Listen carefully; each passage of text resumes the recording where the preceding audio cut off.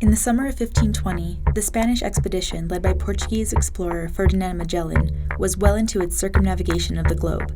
By the time they reached the shores of Argentina, they had already encountered several native tribes, but there was something special about the natives of this land, and the account from Antonio Pigafetta, the voyage's official chronicler, would capture the imaginations of Westerners for years to come.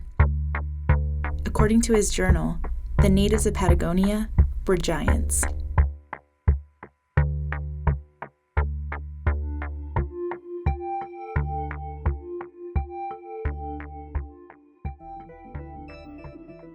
Myths and legends of giants go back through every culture in every corner of the world, and in many cases, the mythological aspect of these giants is obvious.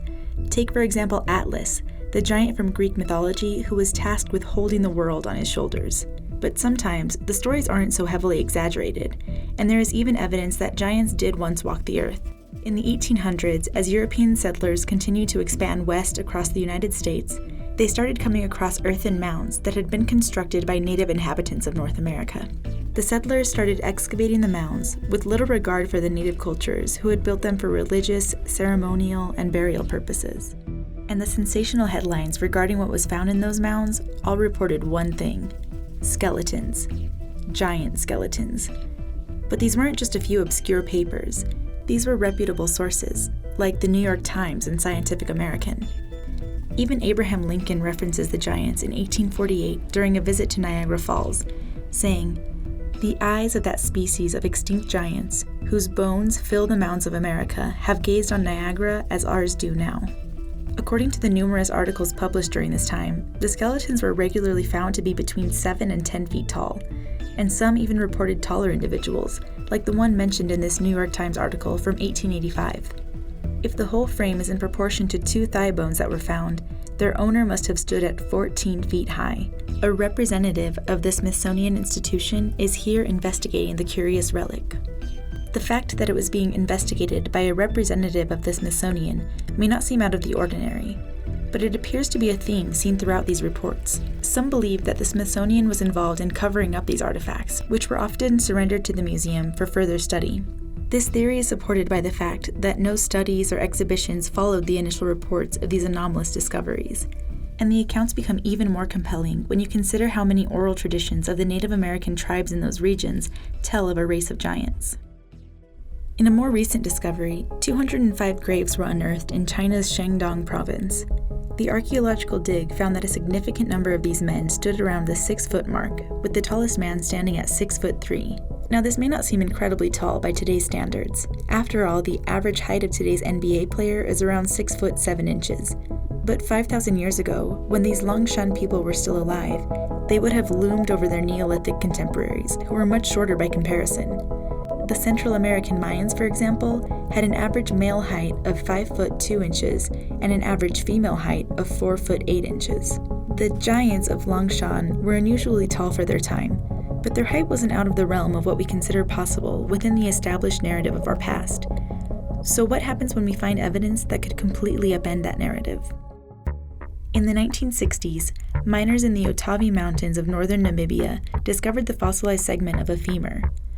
The mineralized bone was turned over to Philip Tobias, the late paleoanthropologist from South Africa, and it remains in his vault at Wits University in Johannesburg to this day. In Michael Tellinger's video, posted in 2013, he visits Professor Francis Thackeray at the university to view the impressive artifact. The professor identifies the mineralized bone as having belonged to a Homo sapien, and when he brings out an average-sized femur for comparison, the difference is clear. The fossilized femur appears to be at least twice the size of the normal one. But despite the abnormal size, there seems to be no outside interest in studying or dating the artifact. One piece of femur doesn't exactly amount to proof of a race of giants, but anthropologists agree that there are large gaps in the fossil record that mask absolute truths.